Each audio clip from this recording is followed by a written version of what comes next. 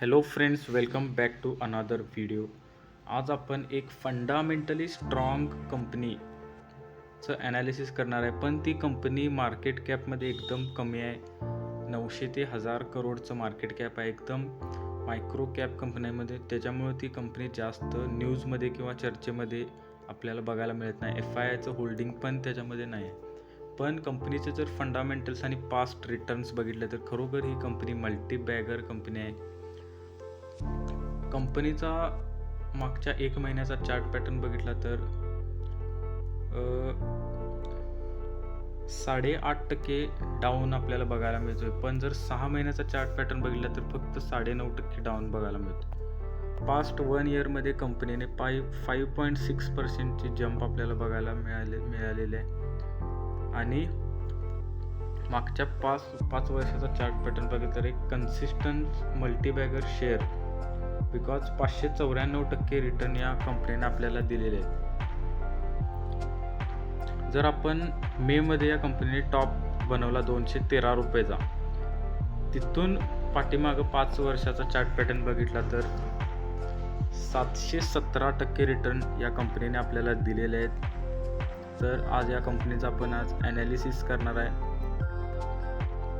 आणि जर all time chart बघितला तर खरोखर कंपनी 2016पर्यंत 19-20 रुपयाला ट्रेड करत होती आणि तिथून पुढं आता डायरेक्ट 842% 2016 पासून आणि 1997 ते 2015 फक्त 3200, 2000, 3000 किंवा 3100% रिटर्न आपल्याला या कंपनीने दिलेले आहे. कंपनी बाउन्स बॅक किंवा कंपनीमध्ये चांगली मॅसिव्ह ग्रोथ 2014 पासून झाली. त्याच्या आधी 50 पैसे, 1 रुपये, 2 रुपयाला हा शेअर ट्रेड करत होता. ऑल टाईम शेअरचा चार्ट पण एकदम मस्त आहे, अप ट्रेंडमध्ये आहे. आता शेअर प्राईस थोडीशी आपल्याला जर आपण इथून बघितलं तर अप्रॉक्सिमेटली 16% हा शेअर आपल्याला डाऊन मिळत आहे, डिस्काउंटमध्ये मिळत आहे. आता हा शेअर इथं क्रॅश झाला होता, इथं क्रॅश झाला होता, इथं क्रॅश झाला होता, इथं क्रॅश झाला होता, इथं क्रॅश झाला होता. पण हा शेअर काय थांबला नाही, नवीन टॉप बनवत गेला, नवीन ऑल टाईम हाय करत गेला, चांगली रिझल्ट पोस्ट करत गेला. तर आपण स्क्रीनरवरती जाऊन या कंपनीचा आपण ॲनालिसिस करून घेऊया. तर इथं कंपनीचे काही ब्रँड्स आहेत. जपानमध्ये कंपनीचं प्रेझेन्स आहे, जर्मनी, थायलंड, मलेशिया, चायना. आणि हे कंपनीचे काही ब्रँड्स आहेत ज्याच्यामध्ये या 1, 2, 3, 4, 5 देशांमध्ये कंपनीचं प्रेझेन्स आहे.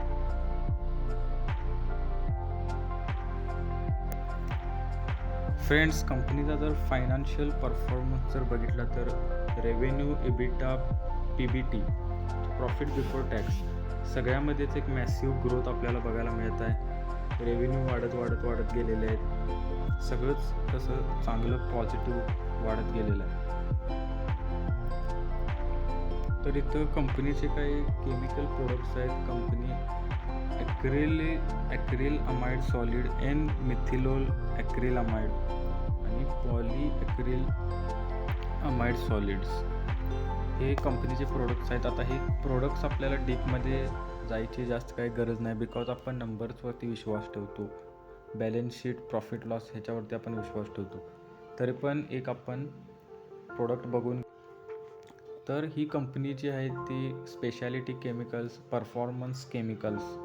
तर ह्याच्यामध्ये एक प्रोडक्ट आहे polyacrylamide, PAM, represents a class of polymers that are water soluble and formed solely acrylamide or together with other monomers. Product is used for flocculating agent or for water and wastewater treatment, thickening agent, bindant polymer, soil conditioner. हे सगळे ह्याच्यामध्ये हा product use होतो.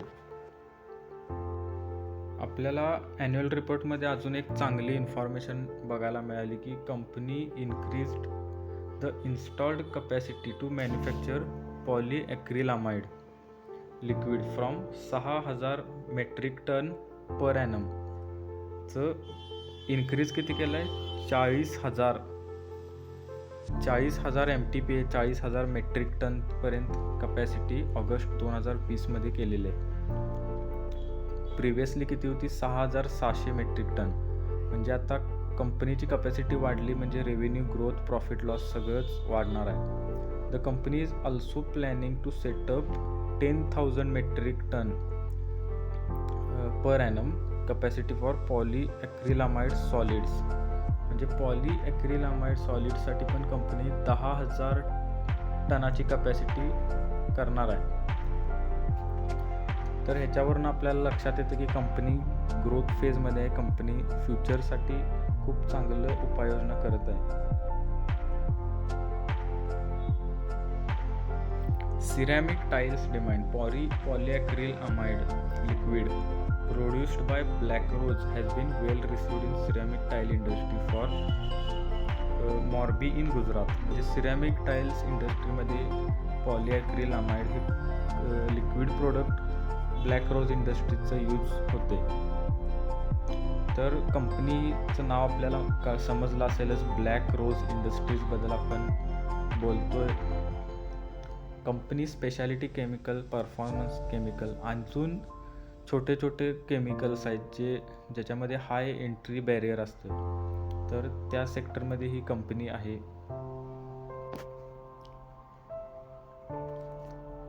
तर स्क्रीनरवरती आपण काय लिहिलं आहे अबाउटमध्ये? Company is engaged in the business of distribution and manufacturing of wide range of speciality and performance chemicals. म्हणजे कंपनी मॅन्युफॅक्चर पण करते आणि कंपनी त्या प्रोडक्टचं डिस्ट्रीब्युशन पण करत आहे. तर ब्लॅक रोज इंडस्ट्रीचं मार्केट कॅप 912 कोटी आहे. रिटर्न ऑन कॅपिटल एम्प्लॉईड 44.4%, सगळ्यात जास्त, एकदम मॅसिव्ह ग्रोथ फेजमध्ये कंपनी आहे. रिटर्न ऑन इक्विटी पण 39.8% आहे. खाली आल्यानंतर प्रोजमध्ये company is expected to give good quarter, सगळं इथं पॉझिटिव्ह लिहिलेलं आहे. CAGR चांगला आहे. ROE चांगला आहे. 3 वर्षाचा ROE 37.6% आहे. पेअर कम्पॅरिझनमध्ये अदानी एंटरप्राइजेस हे सगळं लिहिलेलं आहे. पण ब्लॅक रोजचा बिझनेस जो आहे तो खूप वेगळा आहे. Quarterly results. June 2019 sales 84 crore होते, ते नंतर 96 झाले, मग 94, 98, 113, 119, मग थोडंसं कमी 105, असं करत करत 84 करोड 84 करोडचे सेल्स आता 134 करोड झालेले आहेत. इयर ऑन इयरमध्ये आपण बघून घेऊया, बिकॉज आपण लॉंग टर्म पर्स्पेक्टिव्हने या शेअरचं ॲनालिसिस करत आहे. प्रॉफिट लॉस आपण इयर ऑन इयर बघितलं तर 2011 87 करोड प्रॉफिट सेल्स होते, ते 93 करोड झाले, 122, मग 115, मग डायरेक्ट 196, 177 करोड, आणि आता 488 करोड, 87 करोडचा सेल्स 488 करोड झालेला आहे. ऑपरेटिंग प्रॉफिट मार्जिन 11%, 9%, 10-11%च्या आसपास ऑपरेटिंग प्रॉफिट मार्जिन आहे. Net profit 3 crore net profit होतं, ते आता 32 करोड, म्हणजे 10 पट प्रॉफिट कंपनीचा वाढलेला आहे 2011 म्हणजे मागच्या 10 वर्षामध्ये 10 पट प्रॉफिट झालेला आहे. डिव्हिडंड पेआउट खूप जास्त नाही आहे, पण कंपनी डिव्हिडंड पेआउट करत आहे 10%, 7% असं. इथं पण आपण बघू शकतो sales growth, profit growth, CAGR, return on equity, सगळेच नंबर्स आपल्याला प्लसमध्ये आणि चांगले एकदम 2 डिजिटच्या वरती आपल्याला नंबर दिसत आहेत.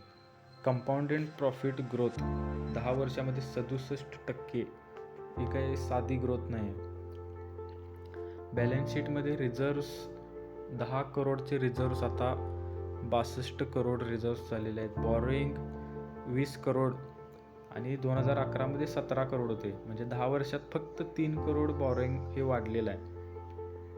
त्याच्यानंतर फिक्स्ड ॲसेट्स कंपनीचे 37 करोडचे आहेत. त्याच्यामध्ये लँड आहे, land, building, plant machinery, equipment, furniture, vehicle, wind turbine, हे सगळं त्याच्यामध्ये येतं आहे. आणि लास्ट आपला इम्पॉर्टंट पार्ट म्हणजे शेअर होल्डिंग पॅटर्न. प्रमोटर्सकडे 75% होल्डिंग गेल्या अनेक वर्षांपासून आहे. FIचं होल्डिंग 0.6 असं होल्डिंग आहे, म्हणजे पूर्ण 0 पण नाही आहे.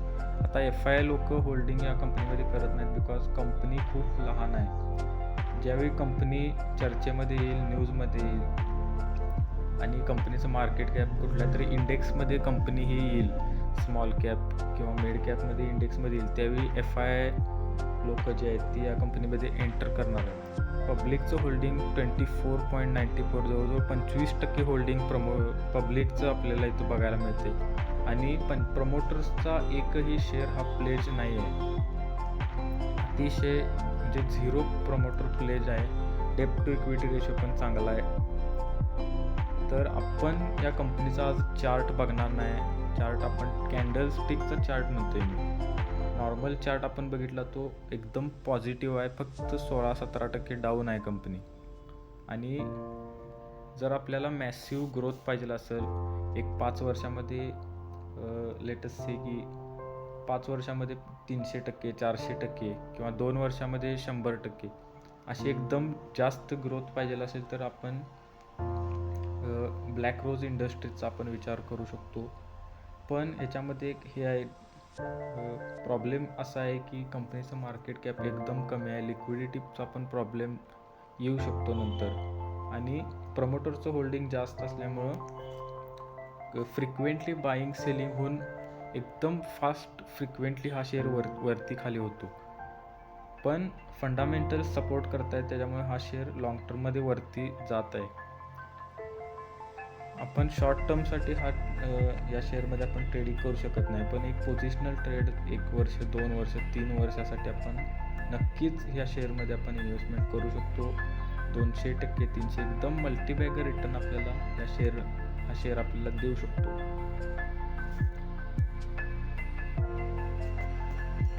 आपण इथं 5 वर्षाच्या चार्टमध्ये 594% रिटर्न बघू शकतोय. तर असे रिटर्न आपल्याला पाहिजे असतील तर 100% या शेअरमध्ये एंट्री घ्यायला काही अडचण नाही. पण मी असं म्हणतो की सगळेच पैसे काही या कंपनीमध्ये इन्व्हेस्ट करू नका. एक 5%, 10% तुमच्या टोटल पोर्टफोलिओच्या एक रिस्क म्हणून, चांगल्या रिस्क रिवॉर्डसाठी आपण फंडामेंटल्स पण चेक केलेले आहेत. पण चांगला रिटर्न पाहिजे असेल तर चांगली इन्व्हेस्टमेंट पण करायला पाहिजे. म्हणून म्हणतो एक 5% ते 10% इन्व्हेस्टमेंट आपण या शेअरमध्ये पुढच्या 3 ते 4 किंवा 5 वर्षासाठी इन्व्हेस्टमेंट करू शकतो. तर कंपनी असा रिटर्न आपल्याला 594, 600, 700% रिटर्न आपल्याला या शेअरमध्ये मिळू शकतो.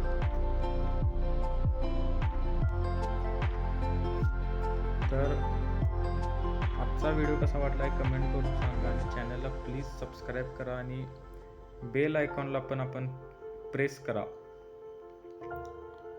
तर आपण बेल आयकॉन ड्रॉ केलेला आहे, तर या बेल आयकॉनला पण आपण प्रेस करून नोटिफिकेशन आपण ऑन करा. चॅनलला सबस्क्राईब करा आणि जास्तीत जास्त आपला चॅनल शेअर करा.